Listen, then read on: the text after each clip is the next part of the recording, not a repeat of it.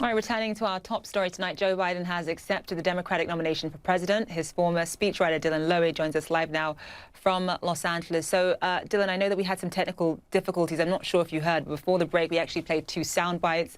One with Joe Biden essentially calling for unity and saying that he would be a president for all Americans, and the other with Donald Trump essentially saying that if Joe Biden was to be elected, there would be chaos and mayhem on the streets in this country. Just explain to us the two sort of divergent strategies in terms of how both of these men are appealing to voters.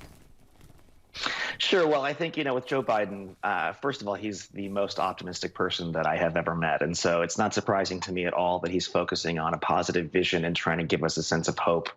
Donald Trump is, more or less an authoritarian who's a white nationalist and a racist. And I think that he takes a great deal of pride in his cruelty and his callousness. And so that is reflected in the message that he puts forward and in the way that he sees the race. And so that's why I think you're going to hear that from him. But I think, Joe Biden was very powerful last night in giving us a sense of an alternative reality that we can have here in this country if he and Kamala Harris are elected. And I was struck that the speech felt less like a political convention speech and more like a presidential address. And I honestly didn't realize how much I needed to hear that until last night. Here in the United States, we are only 4% of the population, but we're 1 in 4 of the COVID deaths. And we haven't had any public grieving at all here. I mean, our president won't even speak of the dead. And so just having somebody standing up there who can console us and inspire us and lift us up, it was a reminder of what is possible out of the White House and out of this country. And I think it gave people a lot of hope about what we can do together if we're able to prevail this November. Right, so he talks a lot about, his message, I think objectively was inspiring and certainly it showcased his empathy. But do you think he did a good job of actually outlining why he should be president, especially in terms of policies, as opposed to why Donald Trump should not be president?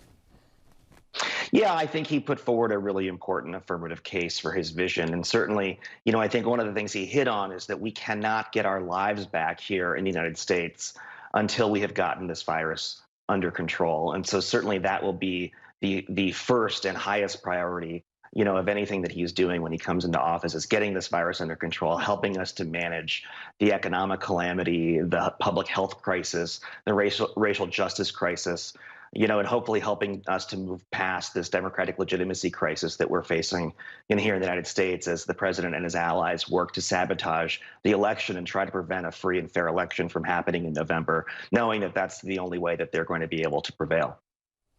Now, there are a lot of Americans who are not really that engaged in politics.